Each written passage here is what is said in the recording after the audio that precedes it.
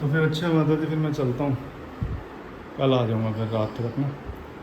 Okay ठीक है loan. Okay. Okay.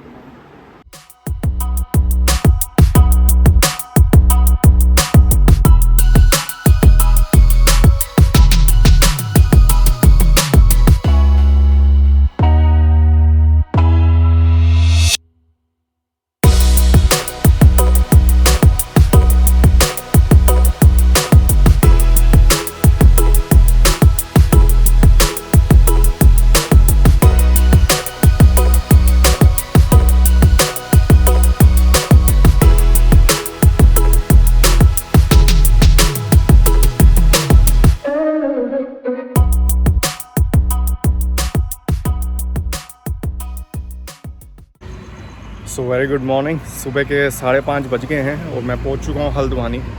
अब नेक्स्ट टारगेट है यहाँ से देवभूमि बाइक पे, देवभूमि बाइक रेंटल पे पहुंचना। तो वहाँ पहुंच के फिर मैं आपको मिलता हूँ।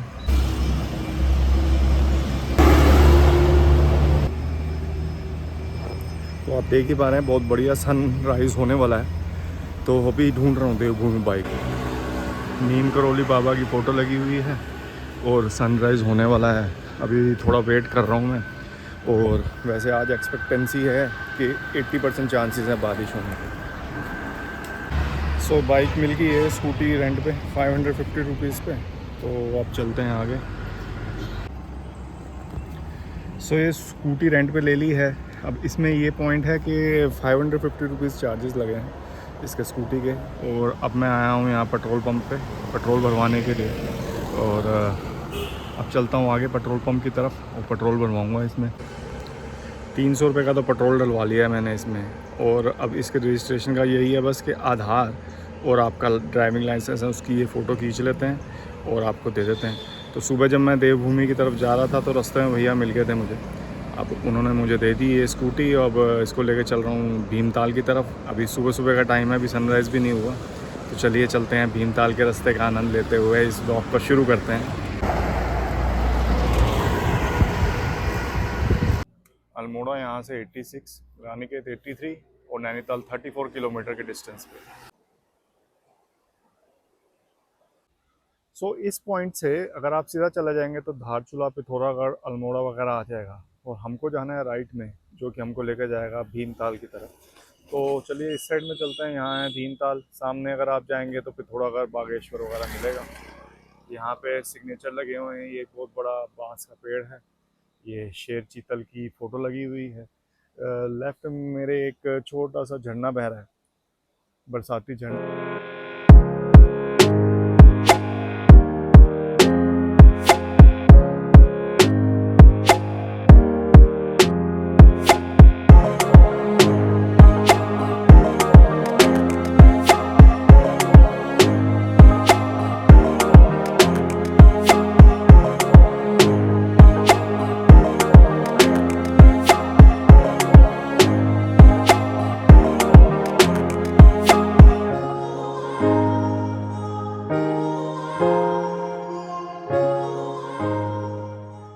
सो मेरे पीछे आप नदी देख पा रहे हैं, ये है गौला नदी। अभी मैंने हॉल्ट लिया है एक और इस नज़ारे को अपनी आंखों में बसा रहा हूँ। आगे चल रहे हैं हम भीमताल की तरफ, जो कि यहाँ से अभी 13 किलोमीटर के डिस्टेंस पे है। अभी बजे हैं सुबह 6:22। तो चलिए थोड़ा इस नज़ारे को देखते हुए आगे बढ़ते हैं। सो कांची धाम टेम्पल जो है यहाँ से 27 है किलोमीटर डिस्टेंस पे है। भीमताल भी इसी डायरेक्शन पे है, जो कि 9 किलोमीटर के डिस्टेंस पे है। चलिए आगे बढ़ते हैं, देखता हूँ कि कांची धाम जाना है या फिर भीमताल। सुबह के बज चुके हैं 7 और पीछे है मेरे हल्द्वानी सिटी। आधे से ज़्यादा डिस्टेंस कवर कर चुका हूँ। अब थोड़ा प्लान में चेंज ला रहा हूँ। सोच रहा हूँ कि सुबह का टाइम है, कैंची धाम ही हुआ हूँ। चलिए फिर जर्नी को आगे बढ़ाते हैं कैंची धाम के लिए। तो भीमताल तो पहुँच गए हम भीमताल पे। लेकिन अभी बजे हैं सुबह के 6:53। तो अभी काफ़ी अर्ली होगा। मैं सोच रहा हूँ कि कांची धाम हुआ हूँ, तो यही रास्ता आगे कांची धाम की तरफ भी जा रहा है। तो वापसी में भीमताल और ये नौकुचिया ताल वगैरह देखेंगे। ऊपर अगर आप देखेंगे तो बादल बनते जा रहे हैं। तो मैं कोशिश कर रहा हूँ कि जितनी जल्दी जितना ज़्यादा डिस्टेंस कवर कर पाऊँ उतना करूँ। सो लीजिए गाइस, अब हम पहुँच चुके हैं भीमताल में। ये आप देख सकते हैं सुबह सुबह का भीमताल लेक का नज़ारा। ऊपर बने हुए हैं बादल और नीचे है ये भीमताल लेक, बिल्कुल लश ग्रीन लेक। अब सुबह के बज चुके हैं 6:54 और अब हम चलेंगे आगे कैंची धाम की तरफ और कैंची धाम देखकर फिर लौट के आएंगे वापस यहीं पे भीमताल पे। अपने साथ ही मैं ये रेनकोट लेके आया था, हालांकि बारिश का मौसम तो नहीं है लेकिन ठंड लग रही है ड्राइव करते करते। थोड़ा सा बादलों वाला मौसम है ना, तो ठंडा ठंडा लग रहा है, तो ये रेनकोट ही पहन लिया, एक तरीके की लेयर बन गई है, अब थोड़ा सा ठंड से बचाव हो जाएगा। सो गाइस, कैंची धाम से केवल 2 किलोमीटर डिस्टेंस पे हूँ। ये सामने आपको कैंची धाम नज़र आ रहा होगा। अभी हमको यहाँ जाना है नीचे।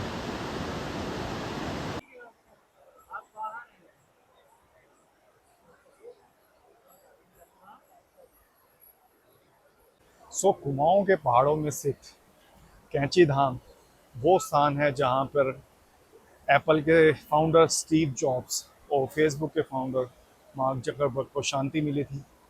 1973 में जब नीम करोली बाबा जी की डेथ हुई तो 1974 में एप्पल के फाउंडर स्टीव जॉब्स यहाँ आए और उसके बाद ये प्लेस काफ़ी मशहूर हुआ और लोगों के द्वारा जाना गया। सो आया हूँ आज मैं यहाँ नीम करोली बाबा पर और कैंची धाम पर। तो चलिए इस इंफॉर्मेटिव वीडियो को शुरू करते हैं।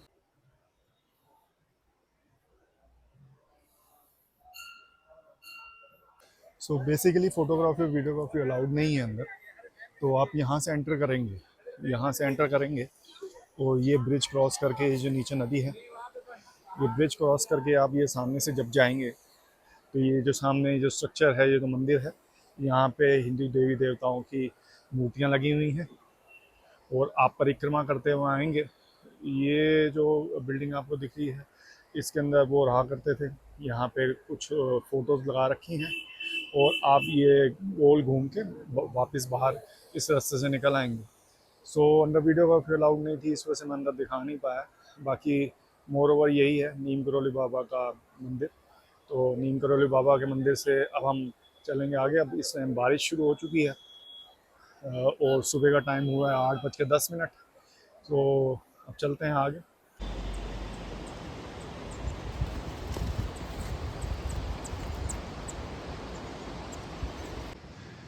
पूरे रास्ते जो एक रेस्टोरेंट की एडवर्टाइजमेंट हो रही है वो ये है, उडुपी वाला, और मैं भी अपना ब्रेकफास्ट उडुपी वाले में ही करूँगा। सो सारे रास्ते जिस रेस्टोरेंट का नाम सुनता है अब उसमें चल के ब्रेकफास्ट करते हैं उडुपी वाले में। सो ब्रेकफास्ट में तो ओनियन उत्पम का ऑर्डर दिया है, साथ में गर्म कॉफ़ी। अब 5-7 मिनट के अंदर आएगा ब्रेकफास्ट। एक ये पूरा सेट लाया हूँ मैं ड्रेस का, ताकि अगर बारिश वगैरह हो, भीग जाए तो कोई दिक्कत ना हो। ये छतरी है, ये रेनकोट लाया हूँ, रेनकोट तो यूज़ कर ही रहा हूँ। अभी इस टाइम बारिश रुकी हुई है बाहर, ऑर्डर कर दिया है, अभी थोड़ी देर में आएगा ऑर्डर। टोटली खाली पड़ा हुआ है इस टाइम उडुपी वाला, अकेला मैं ही कस्टमर हूँ यहाँ पे। मेन्यू कार्ड दिखा देता हूँ आपको, इसका थोड़ा प्राइस का आइडिया हो जाएगा आपको। ये तो इस टाइम मॉकटेल्स वगैरह हैं, ये ब्रेकफास्ट है, ब्रेकफास्ट का प्राइस देख लो आप, ये शेक वगैरह के। बाकी ये साउथ इंडियन रेस्टोरेंट है तो साउथ इंडियन काफ़ी यहाँ पे वैरायटीज़ हैं।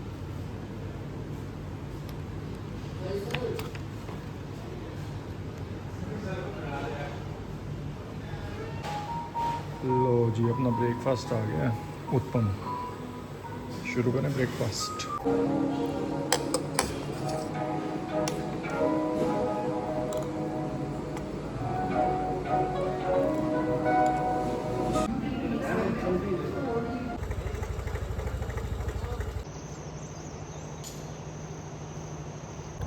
सो रेस्टोरेंट से बहुत बढ़िया ब्रेकफास्ट करने के बाद अब अपने रेस्टोरेंट से 7 किलोमीटर दूर सात ताल की तरफ जा रहा हूँ मैं। ऑन द वे हूँ, एक बढ़िया नज़ारा दिख रहा है मेरे लेफ़्ट में, इसको देखने के लिए रुका हूँ। और आई थिंक मैं ही अकेला यहाँ पे टूरिस्ट हूँ, कोई दूर दूर तक है नहीं, तो बढ़िया लग रहा है, अच्छा लग रहा है और बड़ा पीसफुल है। साथ में एक नदी बह रही है जिसकी केवल आवाज़ आ रही है मुझे। थोड़ा और हाइट पे जाऊँगा तो और व्यूज़ बेहतर होंगे, तो मैं आपको दिखाता हूँ। चलिए अभी तो आगे बढ़ते हैं सात ताल की तरफ। अब थोड़ा सा इंटरनल एरिया में आ गया हूँ, इस वजह से हेलमेट उतार दिया है, बढ़िया लग रहा है।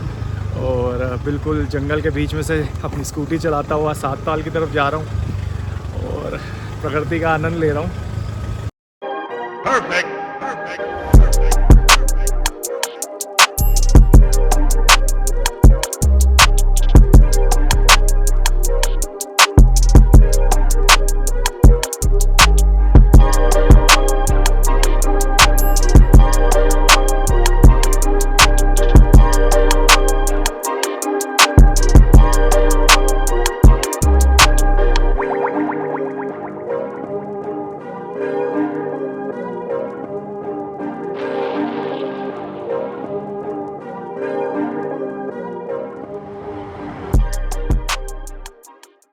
मैंने यहाँ पे स्कूटी इस वजह से रोकी है क्योंकि मैं म्यूज़िक सुनाना चाहता हूँ आपको जंगल का।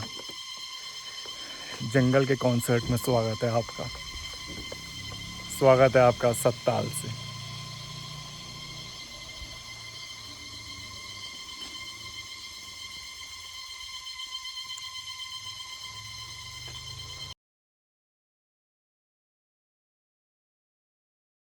फ़ॉरेन में कयाकिंग करने से बढ़िया है कि इंडिया के अंदर ही कयाकिंग करी जाए। तो मैं आया हूँ 7 ताल के अंदर और कर रहा हूँ इस टाइम कयाकिंग।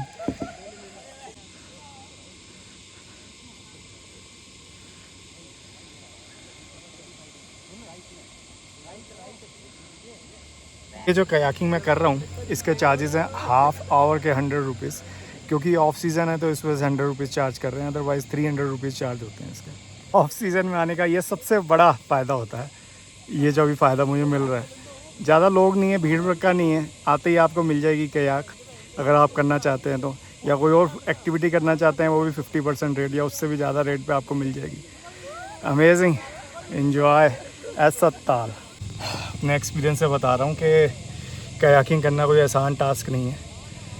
इसमें काफ़ी एनर्जी लगती है, पेट पे भी पीठ पे भी जोर पड़ता है और हाथों पर भी। खैर बीच बीच में ऐसे रेस्ट लेते रहिए। अभी ज़्यादा धूप नहीं है तो मज़ा भी आ रहा है, और आसपास जंगल की आवाज़ वही झिंगरों की, और साथ में ये मेरे 7 ताल, ये एक ताल, तो बस एंजॉय चल रहा। ये फ्लावर बहुत देख रहा हूँ मैं यहाँ पे, पता चला है कि इसको ब्रूगमैंसिया या फिर एंजल ट्रम्पेट बोलते हैं। ये हाईली पॉइजनस फ्लावर है, इसको ना छूना चाहिए और ना ही खाना चाहिए। खैर आगे रास्ता जा रहा है ये रिज़र्व फॉरेस्ट की तरफ। मेरा मन है थोड़ा सा अंदर एक्सप्लोर करके आऊँ, लेकिन देखता हूँ। ये बिल्कुल 7 ताल के सामने ही है। साथ में एक स्ट्रीम बह रही है जिसकी की आवाज़ आ रही है मेरे को। 100-150 मीटर तक अंदर जाऊंगा, फिर देखता हूँ क्या दिखता है अंदर। सो रिज़र्व फॉरेस्ट के अंदर एंटर कर लिया है मैंने, और ज़्यादा अंदर तो नहीं जाऊंगा, हार्डली 100-150 मीटर जाऊंगा, क्योंकि स्कूटी बाहर ही खड़ी करी हुई है मैंने और बैग उसी के अंदर रखा हुआ है। तो मैं ज़्यादा अंदर तो नहीं जाऊंगा, थोड़ा सा अंदर जाके एक बार देखता हूँ। ये पीछे आप जो हट नुमा स्ट्रक्चर देख रहे हैं, जस्ट यहीं से मैंने शुरू करा था। अब बारिश का मौसम है तो लीच वगैरह का भी ख़तरा हो सकता है, तो इस वजह से ज़्यादा अंदर तो मैं नहीं जा रहा, थोड़ा सा ही एक्सप्लोर करूँगा। ट्रेन बह रही है, साथ में आवाज़ आ ही रही होगी आप लोगों को। जाले वगैरह लगे हुए हैं, इसका मतलब यहाँ पे ज़्यादा लोग आते नहीं हैं, तो मैं भी खैर ज़्यादा अंदर तो नहीं जाऊँगा।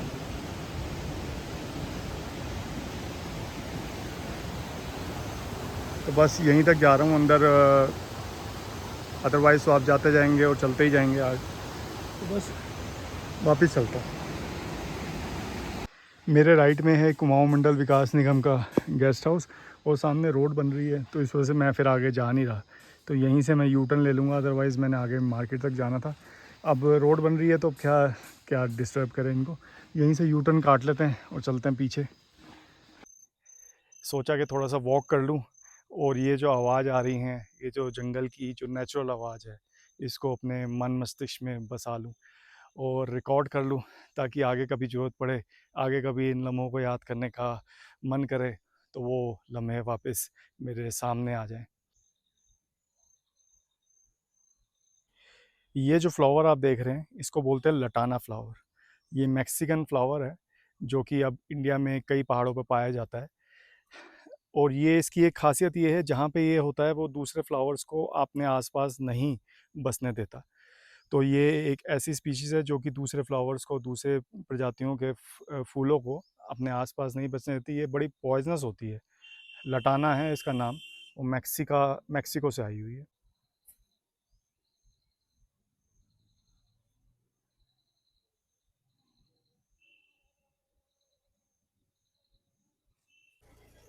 सुबह से तकरीबन 70 किलोमीटर के करीब तो मैं ड्राइव कर चुका हूँ। और अभी भी आगे हमारा प्रोग्राम है नौगचिया ताल घूमने का और भीमताल घूमने का। और फिर फाइनली जिस रीज़न से मैं यहाँ पे आया था उस मिशन को भी अकम्प्लिश करना है। अभी तो मैं सत्ताल के निकल चुका हूँ और अब आगे जा रहा हूँ भीमताल के रास्ते में। मेरी कोशिश ये है कि नौगचिया ताल को पहले कवर करूँ, उसके बाद मैं भीमताल पे पहुँचूँगा। तो चलो आगे बढ़ते हैं।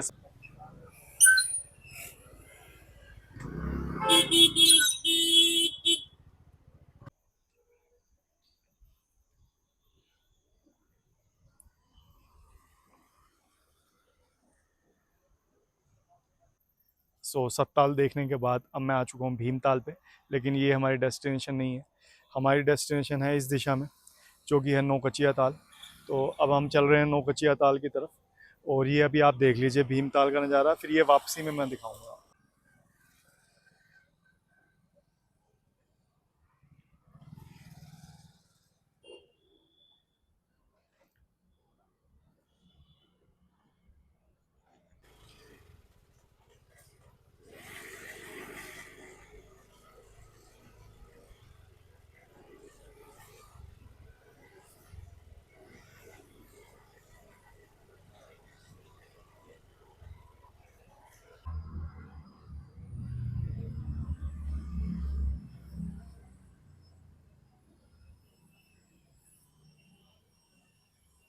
नौकचिया ताल तो मैं बस पहुंचने ही वाला हूँ। तो उससे केवल 2 किलोमीटर पहले है ये हनुमान मंदिर। तो चलिए हनुमान मंदिर में चल के हनुमान जी और विभिन्न भगवानों के दर्शन करते हैं।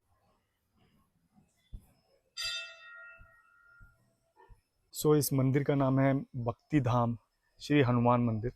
ये नौकचिया ताल से 2 किलोमीटर पहले रास्ते में पड़ता है और बेहतरीन नज़ारों के साथ ये मंदिर है।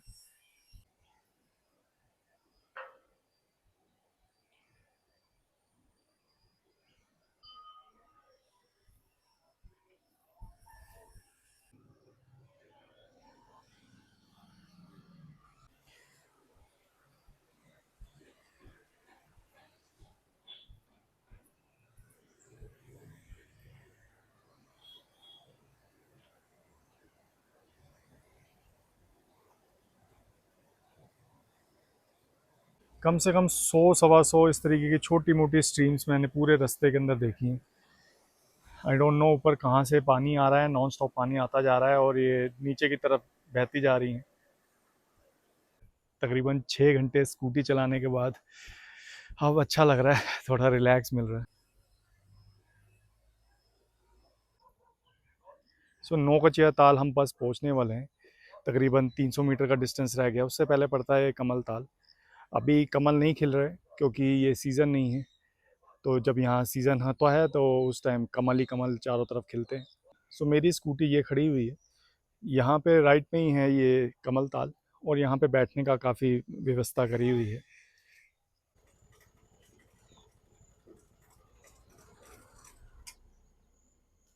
ये लाफिंग डब बैठा हुआ है और मेरे राइट में है ये नौकचिया लेक। हम पहुँच चुके हैं नौकचिया लेक पे।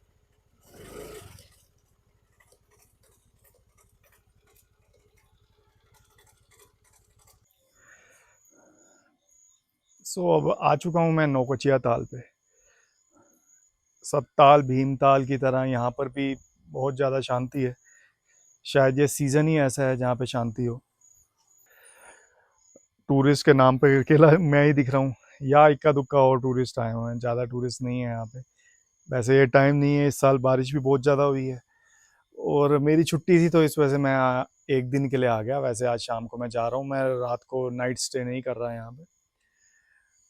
नौकचिया ताल बड़ी झील है, भीमताल से थोड़ी छोटी लेकिन बड़ी झील है। इस टाइम छाया छाया वाला मौसम है, धूप नहीं निकली हुई तो अच्छा लग रहा है। बारिश नहीं हो रही, मेन चीज़ ये है। उम्मीद थी आज 80% के करीब चांसेस थे गूगल की तरफ से कि बारिश होगी, लेकिन बारिश हुई नहीं। तो बढ़िया है। अब यहाँ थोड़ी देर आराम करूँगा और उसके बाद लंच करूँगा और फिर आगे जर्नी को बढ़ाएंगे। और ये लीजिए नौ कचिया ताल का जो पानी है झील का, वो ऊपर रोड तक आ चुका है। यहाँ पे फिशेस हैं, ये मछलियाँ, ये भी ऊपर तक आ चुकी हैं। और सामने ये नौ कचिया ताल की साफ़ और सुंदर झील, बिल्कुल शांति है यहाँ पे। बोटिंग भी देख सकते हैं आप, कोई नहीं कर रहा है इस टाइम, बिल्कुल खाली पड़ा हुआ है। दूर दूर तक कोई बोट नज़र नहीं आएगी आपको।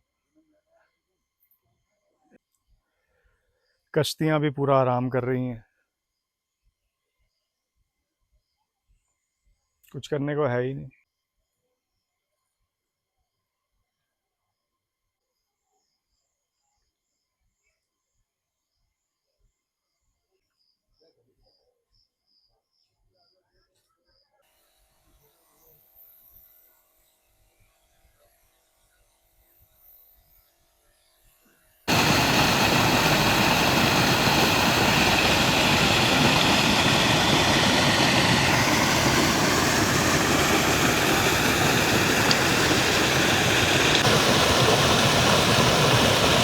गूगल मैप की भविष्यवाणी गलत हो गई, धूप निकल आई है।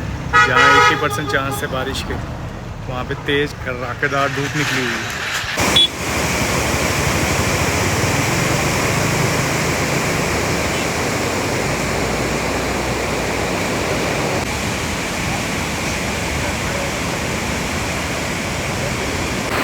ये जो भीमताल लेक है उसका पानी इस तरीके से छोड़ा जा रहा है डैम के फॉर्म में, क्योंकि बारिश की वजह से पानी जो है वो काफ़ी ज़्यादा आ गया था और ये आगे की तरफ जा रहा है। और ये इधर से ही नहीं, इस साइड से भी छोड़ा जा रहा है।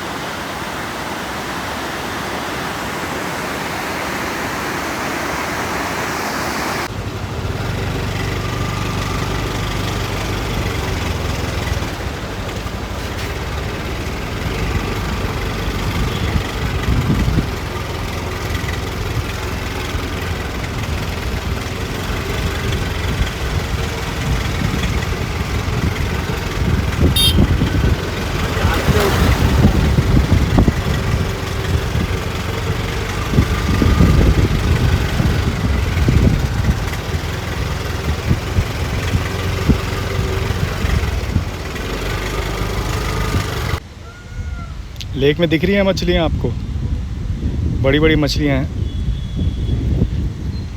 शायद ही कैमरे की स्क्रीन में दिख रही है, लेकिन मेरे को सामने से नज़र आ रही है बड़ी बड़ी मछलियाँ ग्रीन कलर की। और ये बंदर भागता हुआ, ओह माय गॉड।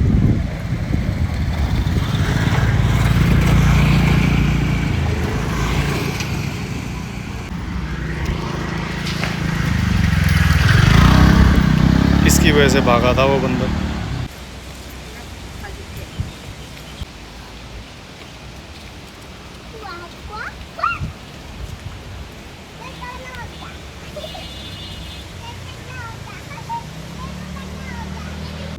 ये वेस्ट बोतलों का सही इस्तेमाल किया है इन्होंने, ये सही सजावट करी है।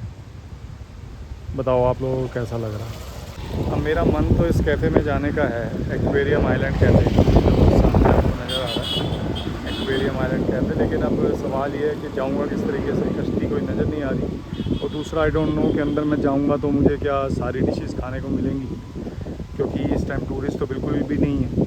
और जब टूरिस्ट नहीं है तो ये लोग बनाएंगे किसके लिए? तो अब ढूंढता हूँ आसपास कहीं पे रेस्टोरेंट। ये अपना भीमताल के चारों तरफ रेस्टोरेंट्स होंगे जो कि हैं, लेकिन इस टाइम टूरिस्ट ना के बराबर है, तो इस वजह से लोग मुझे यहाँ पे दिख नहीं रहे। और जो रेस्टोरेंट वाले हैं वो भी थोड़े ठंडे पड़े हैं, तो ढूंढना पड़ेगा कोई रेस्टोरेंट।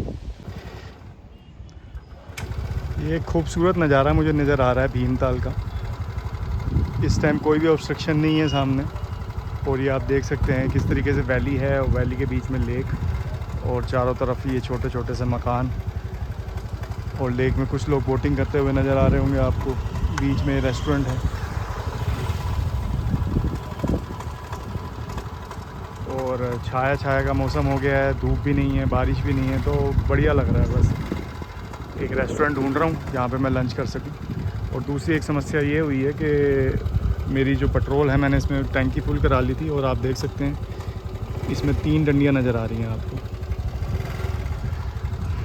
और मेरा ज़्यादातर टूर पूरा हो चुका है। सुबह जब मैं आया था ना, तो सामने रोड की तरफ से आया था, उस रोड से आया था, और अब यहाँ गोल चक्कर पूरा काटते हुए मैं इस रोड के ऑपोजिट साइड में आ गया हूँ। और मेरा केवल और केवल एक ही मिशन है इस टाइम, वो ये है, इसको जितना कम कर सकूँ उतना कम करूँ। और उसके लिए मैं अब एक्स्ट्रा रोम कर रहा हूँ। लो, तो घूमते घूमते आया हूँ, यहाँ पे स्कूटी खड़ी करी है अपनी, और मुझे एक मचान नज़र आई है। मचान पे चढ़ के लेक का नज़ारा लेते हैं। ये सामने ही है मचान। आइए इस पे चढ़ते हैं, ऊपर से थोड़ा सा एरियल व्यू लेंगे अपना भीमताल लेक का। इसमें देखिए आप, बैठने की जगह है, धूप वूप सेक सकते हैं बढ़िया अपनी। और ये सामने भीमताल लेक।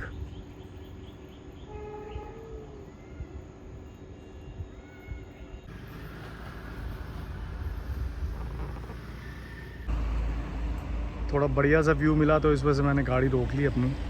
अभी हम हाइट पे हैं और हमको जाना है ये लेक के पास। ये सामने जो आप देख रहे हैं नदी, ये हल्द्वानी की साइड पे पड़ती है, तो हम इसी साइड में नीचे उतर रहे हैं। अब तकरीबन 12 किलोमीटर के करीब हमको नीचे उतरना है।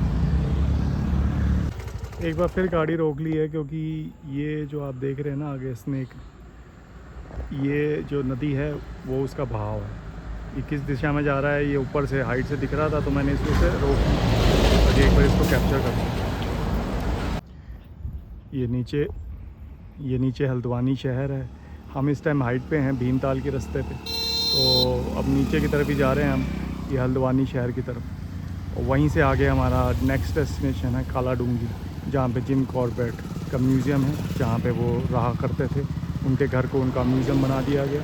तो अब हम जा रहे हैं काला डूंगी जिम कॉर्बेट म्यूज़ियम की तरफ। सो गाइज़, अब भीमताल से मैं निकल चुका हूँ और अब हूँ on the way to Haldwani. Haldwani के बाद सो गाइज़ मैं भीमताल से निकल चुका हूँ और ऑन द वे हूँ टुवार्ड्स हल्द्वानी। हल्द्वानी से जाऊँगा मैं काला डूंगी, जहाँ पे जिम कॉर्बेट, जिनके नाम पर जिम कॉर्बेट नेशनल पार्क, जो कि हेली नेशनल पार्क, पहला नेशनल पार्क इंडिया का, तो उनका जो घर था उसको म्यूज़ियम बना दिया गया है। तो जिम कॉर्बेट के उस घर में मैं जाऊंगा, उस म्यूज़ियम को मैं देखूंगा।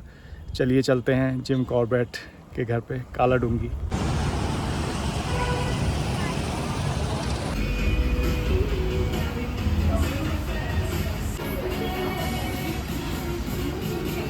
लंच कर लिया है ये पीछे रेस्टोरेंट में। सबसे पहले तो मैंने मंगाई चिली गार्लिक चाउमीन, साथ में मंगाया मैंने एक कूलर जो कि ब्लूबेरी फ्लेवर का था, और लास्ट में चिकन विंग्स मंगाया, बढ़िया टेस्ट था। सो अब चल रहे हैं आगे काला डूंगी की तरफ, और अभी जर्नी ख़त्म नहीं हुई है दोस्तों, अभी जर्नी बाकी है।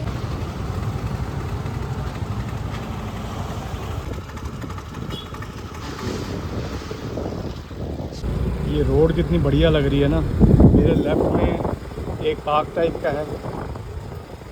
ये रोड कितनी बढ़िया लग रही है। मेरे राइट हैंड साइड में है ये पहाड़ जंगल भीमताल का, और लेफ़्ट हैंड साइड में कॉलोनी, और बीच में एक पतली सी रोड, ब्यूटीफुल। और अगर क्लाइमेट देखोगे ना, तो मेरे राइट में पूरे बादल बने हुए हैं काले, और मेरे लेफ़्ट में सूरज निकला हुआ तेज। इस टाइम धूप तेज हुई है। तो ये घास देखो, यही दिखानी थी मुझे, कितनी सुंदर लग रही है, ग्रीन कलर की घास।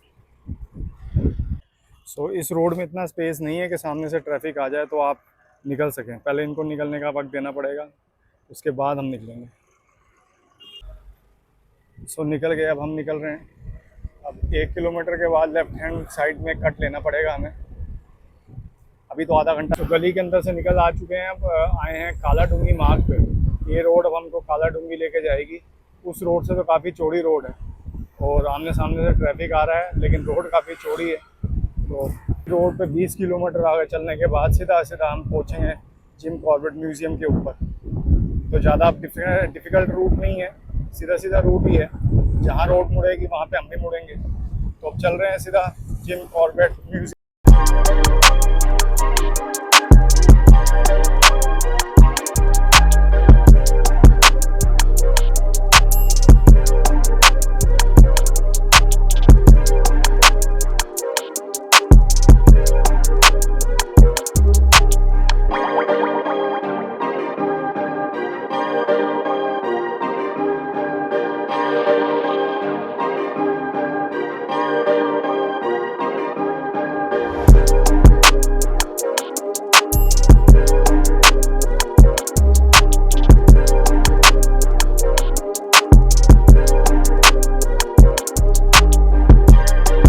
काला डूंगी आने वाला है।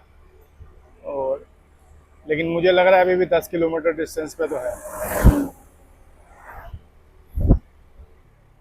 ये भी कोई नेशनल पार्क है, क्योंकि लेफ्ट हैंड साइड में लिखा हुआ है कि हाथी यहाँ पे देखे जाते हैं जो ड्राइव स्लो।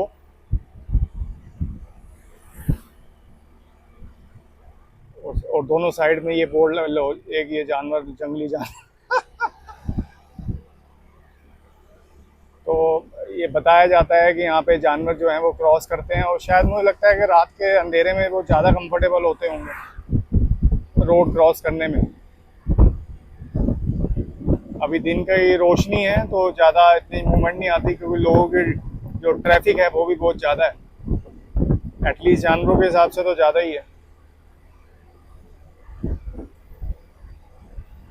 लेकिन मौसम ने पूरा साथ दिया है। सुबह के टाइम पे थोड़ी सी बारिश ज़रूर हुई थी, लेकिन अब जैसे जैसे दोपहर हो रही है धूप अच्छी खासी हो रही है। तो कॉर्बेट म्यूज़ियम है यहाँ पे, जो कि अभी हमने देखा सिग्नेचर पे लिखा हुआ था 10 किलोमीटर दूर है। और कॉर्बेट वाटरफॉल भी है। सो काला डूंगी में हमने एंटर कर लिया है।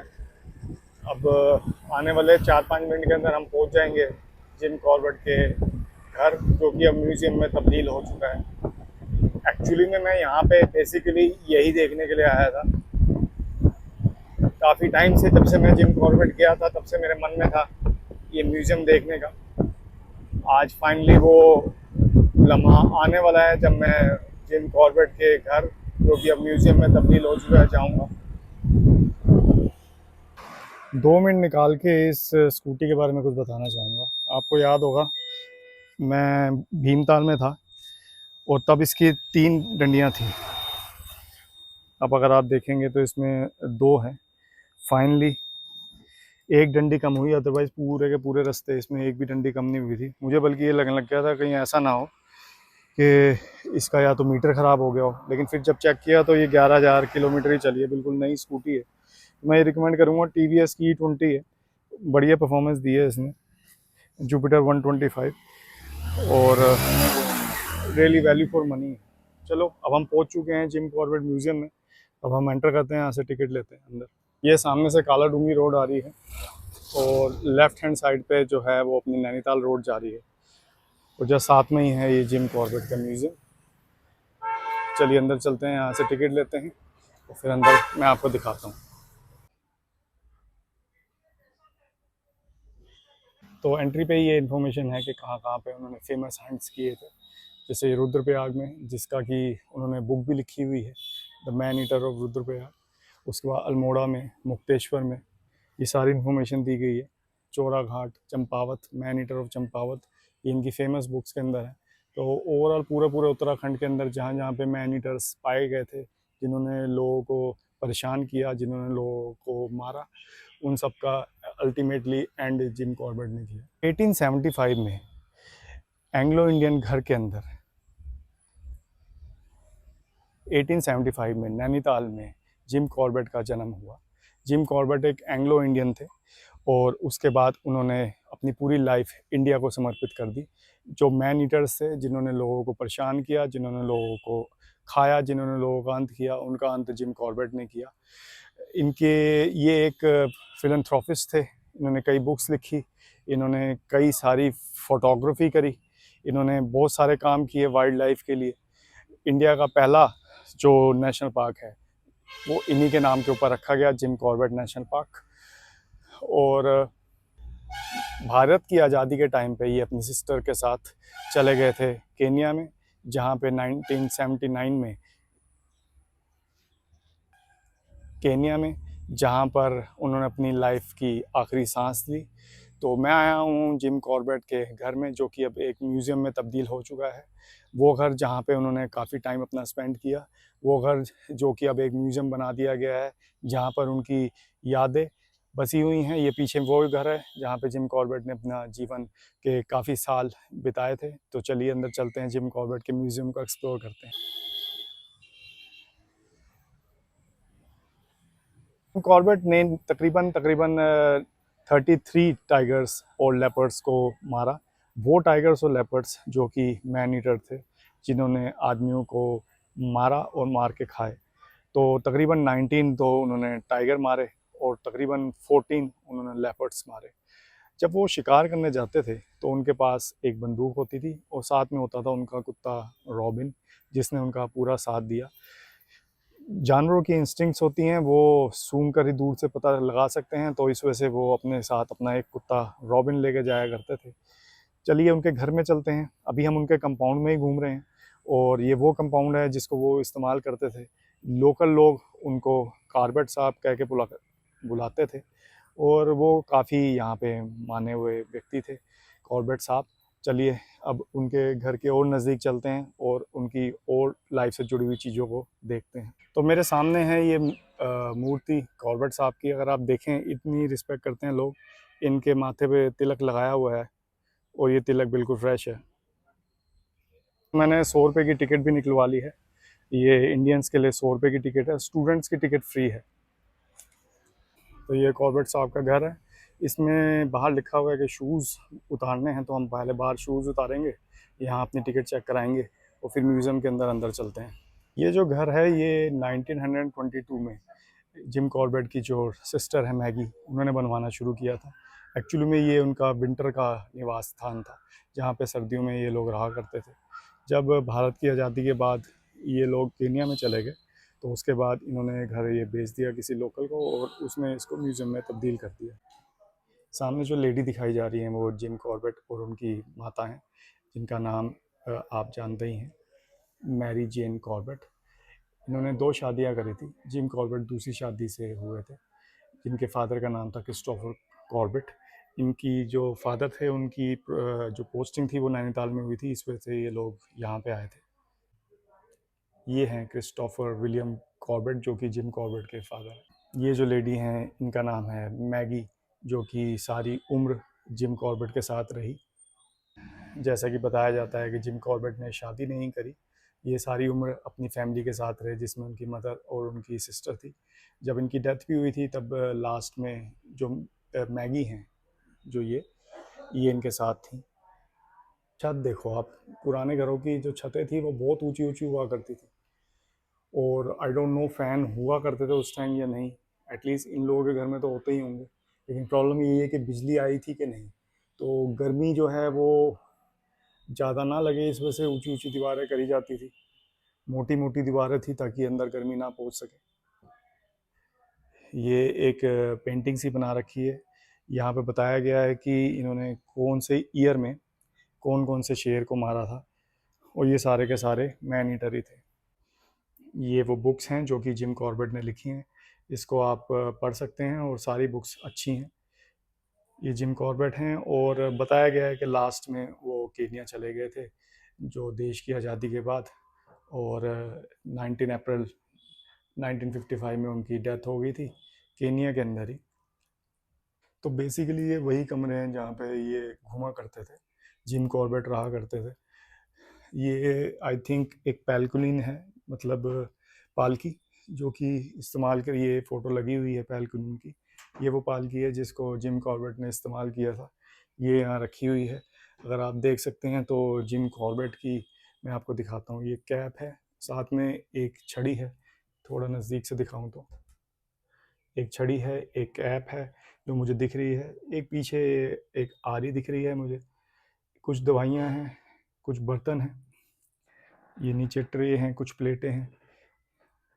ये वो पालकी है जिसको उन्होंने इस्तेमाल किया और मैन ईटिंग टाइगर्स का अंत किया। आइए उनके रूम में चलते हैं। ये रूम देखिए आप, ये उनका रूम था। ये उनका बेड जिसमें वो बैठा करते थे। कुर्सी का हाल देखिए, कुर्सी काफ़ी बुरी हालत में है और टेबल है। बड़ा एक नॉर्मल सा घर है, एक लाइट लगी हुई है जिसमें बल्ब नहीं है। तो ये उनका कमरा रहा होगा। ये अलमीरा है, कमरा है उनका जो कि वो इस्तेमाल करते थे।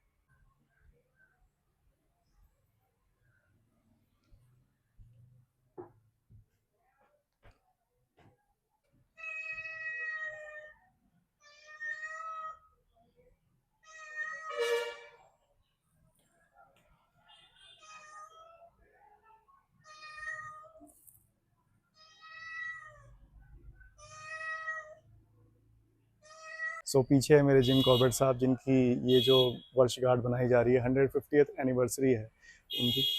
25 जुलाई को उनका जन्म हुआ था 1875 में। सो 25 जुलाई 2025 को 150 साल हो चुके हैं उनको। जैसा मैंने आपको बता ही दिया था कि लास्ट में उन्होंने क्या किया था कि बंदूक से शूटिंग करने की जगह फोटोग्राफी करना शुरू कर दिया था। तो काफ़ी फ़ोटोज़ उन्होंने खींची थी और उनकी खींची हुई फ़ोटोज़ वर्ल्ड रिनाउंड थी। ये देखिए आप, ये कुछ फ़ोटोज़ हैं जो कि उन्होंने खींच रखी हैं, जो कि सबूत है कि जब मैन हीटर टाइगर लोगों को परेशान करता था तो ये आके लोगों की ज़िंदगी बचाया करते थे। ये फ़ोटो मुझे काफ़ी पसंद आई है। इस फ़ोटो के नीचे लिखा है, ये वो लेपर्ड है जिसने तकरीबन तकरीबन 150 लोगों को मारा था। इसके ऊपर उन्होंने बुक भी लिखी है, man eating leopard of Rudraprayag. So उनके घर के अंदर एंटर करते हैं, जो कि दूसरा उनका, इस बिल्डिंग से तो हम आ चुके हैं, अब हम इस बिल्डिंग में चलते हैं। ये भी जिम कॉर्बेट साहब की प्रेमाइसिस के अंदर बनी हुई बिल्डिंग है। यहाँ पे कुछ फ़ोटोज़ लगाई हुई हैं, जैसे ये फ़ोटो जिसमें man eating tiger of Rudraprayag दिखाया गया है। ये टेबल है जो कि वो इस्तेमाल करते थे, अलमीरा। इनफैक्ट ये गन रैक है जहाँ पे अपनी बंदूकें रखा करते थे वो। अंदर चलते हैं। यहाँ पे कुछ कुर्सियाँ पड़ी हैं। ये उस टाइम की कुर्सियाँ हैं जो कि जिम कॉर्बेट साहब इस्तेमाल करते थे जब लोग आया करते थे उनके घर पे मिलने के लिए। और ये आप देख सकते हैं ट्रंक, ये वो ट्रंक है जिसको वो इस्तेमाल करते थे अपना सामान रखने के लिए। ये एक स्टूल है, ये एक टेबल है, बस इतना ही इनका घर है। उसके पीछे ये एक गार्डन है, अगर आप देखेंगे अभी काफ़ी बारिश के बाद काई जमी हुई है। ये पीछे गार्डन है।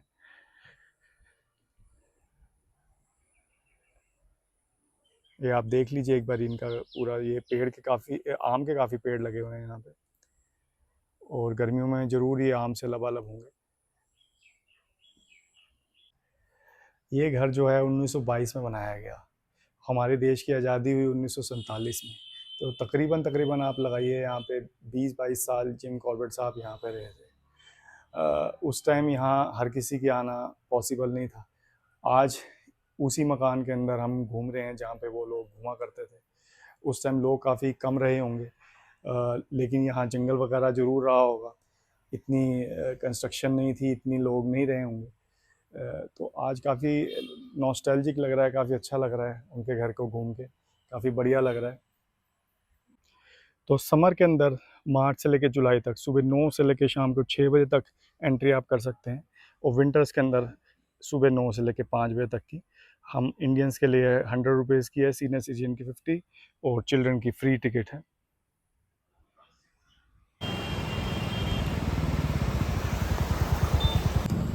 सो ये कॉर्बेट फॉल इको पार्क है, जहाँ पे आप अंदर वॉक भी कर सकते हैं, लेकिन अभी बारिश की वजह से ये बंद है। 15 अक्टूबर को खुलेगा। मैं आया था यहाँ पे वाटरफॉल देखने के लिए। मुझे नहीं उम्मीद थी कि ये एक प्रॉपर इन्होंने बना रखा होगा यहाँ पे वॉकिंग ट्रैक वगैरह। तो 15 अक्टूबर के बाद खुलेगा, ये बारिश का सीज़न की वजह से ये बंद किया हुआ। ये गार्ड से परमिशन लेके मैं अंदर आया हूँ। ज़्यादा अंदर तो नहीं जाऊँगा क्योंकि अंदर 2 किलोमीटर अंदर जाके वाटरफॉल है जिसका ये पानी आ रहा है। बस यहीं से देख लेते हैं, और बाकी अंदर जाके कोई फ़ायदा नहीं है, कोई सेंस नहीं है, क्योंकि वैसे भी अलाउड नहीं है, बारिश का टाइम है। एटलीस्ट चलो यहीं तक देख लेते हैं। ये जो ट्रैक है ना अंदर ट्रेल, यहाँ आप अपनी बाइक से भी जा सकते हैं, और अगर आपका मन करे तो पैदल भी जा सकते हैं। बस यहीं तक जाएंगे हम, ज़्यादा जाएंगे नहीं। ये पानी आ रहा है, ये वाटरफॉल से ही आ रहा है। बाकी ये हाथी है, अंदर कोई वाइल्ड लाइफ होगा नहीं। चलिए बस यहीं तक देखना था। ये अपना गेट है सामने, यहाँ अपनी स्कूटी खड़ी हुई है, ये रही उसकी चाबी। अब चलते हैं सीधा हल्द्वानी की तरफ।